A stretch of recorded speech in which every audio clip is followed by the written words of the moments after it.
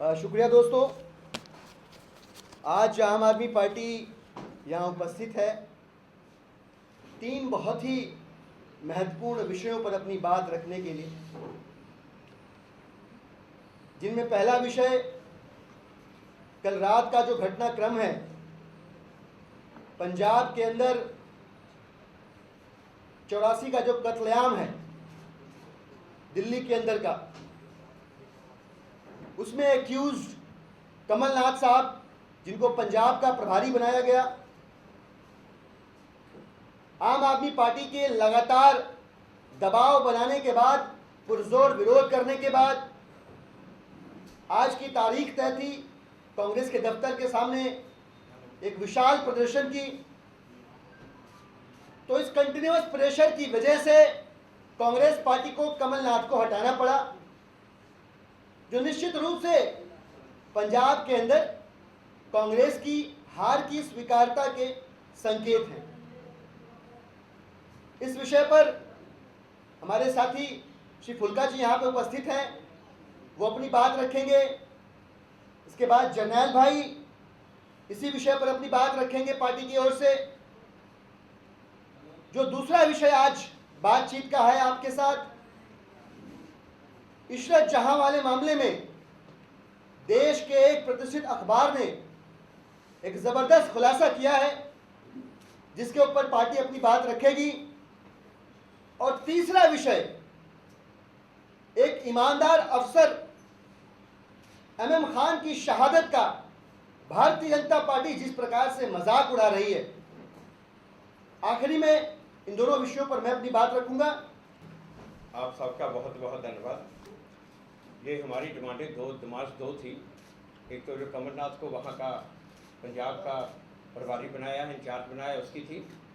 दूसरी बात ये थी कि कमलनाथ के खिलाफ जो केस है वो रजिस्टर किया जाए, जो एसआईटी मोदी सरकार ने बनाई है। जो वो कह रहे हैं कि 75 केस वो एसआईटी रीओपन कर रही है, तो वो क्या ये गुरुद्वारा रकाबगंज साहब पे जो हमला हुआ और वहाँ पे 2 सिखों को जलाया गया, क्या उसका केस भी रीओपन हो रहा है?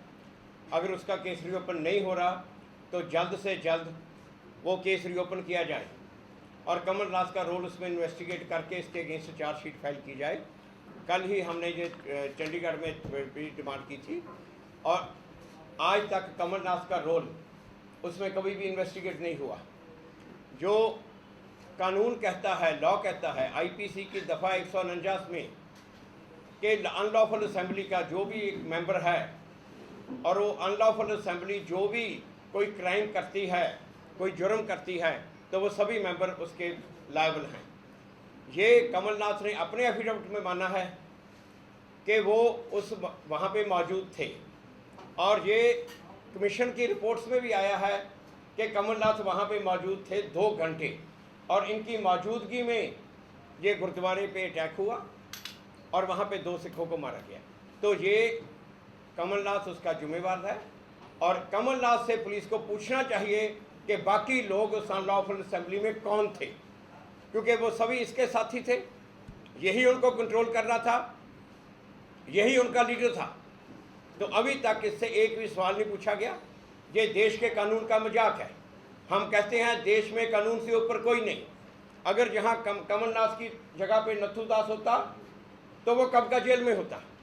तो इतने एविडेंस के बावजूद कमलनाथ क्यों नहीं, कमलनाथ से पूछताछ क्यों नहीं? हम ये डिमांड करते हैं कि रेजिग्नेशन देने से इसका मर्डर केस से जो लायबिलिटी है, जो इसका वो ऑब्जॉल्व नहीं हो जाती, तो कत्ल का मुकदमा चलाया जाए, जल्द से जल्द गुरुद्वारा रकाबगंज पे अटैक और 2 सिखों को जिंदा जलाने का केस रीओपन किया जाए और कमलनाथ के अगेंस्ट इन्वेस्टिगेशन करके जल्द से जल्द चार्जशीट फाइल की जाए।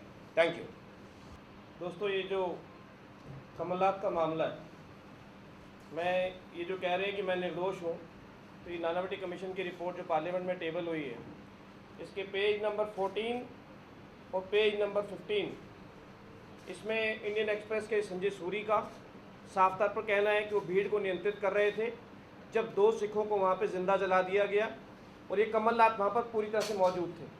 और यही नहीं, 116 नंबर पेज के ऊपर नानावटी कमीशन कहता है कमलनाथ कोई भी जवाब देने में असमर्थ रहे, कोई भी स्पष्ट जवाब नहीं दे पाए कि वो वहाँ पर क्या कर रहे थे भीड़ के साथ। जब वहाँ पे पुलिस कमिश्नर थे तो बिना बताए क्यों चले गए, और अगर वहाँ पे 2 सिखों का कत्ल हुआ था तो इतने जिम्मेदार नेता होने के कारण उन्होंने क्या कार्रवाई की? उन्होंने कोई कार्रवाई नहीं की, वो सीधे तौर पर इसमें शामिल थे।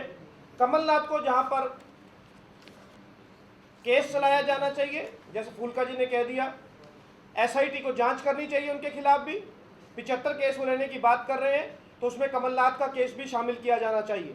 दूसरी बात, जब कमलनाथ को इस आरोप में हटाया जा रहा है, जब जगदीश टाइटलर पर केस चल रहे हैं, जब कैप्टन अमरिंदर सिंह कह रहे हैं कि जब 1984 में मैंने दिल्ली का दौरा किया तो उस समय सज्जन कुमार का नाम भी आया था, तो आज कैप्टन अमरिंदर सिंह बताएं कि अगर आप कह रहे हो कि सज्जन कुमार दोषी थे तो सज्जन कुमार भी पार्टी में क्यों हैं, कमलनाथ भी पार्टी में क्यों हैं? क्या कैप्टन अमरिंदर सिंह या तो खुद इस्तीफा दें या फिर ये कहें कि सज्जन कुमार पार्टी में तो वो भी इस्तीफा दे।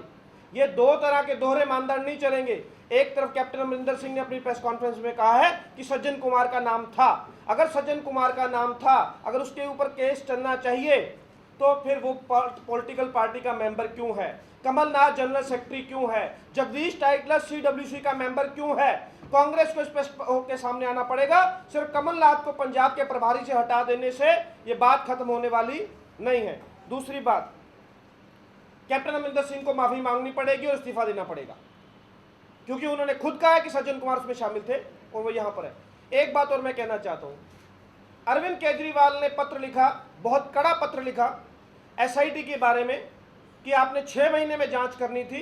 जानबूझकर आपने अरविंद केजरीवाल के शपथ लेने से 2 दिन पहले SIT बना दी और उसको 6 महीने में अपनी रिपोर्ट देनी थी। 1.25 साल बीतने के बाद अब वो कह रहे हैं कि हम एक विज्ञापन निकालेंगे, अगर कोई उसमें विटनेस है तो अपना नाम बता दे।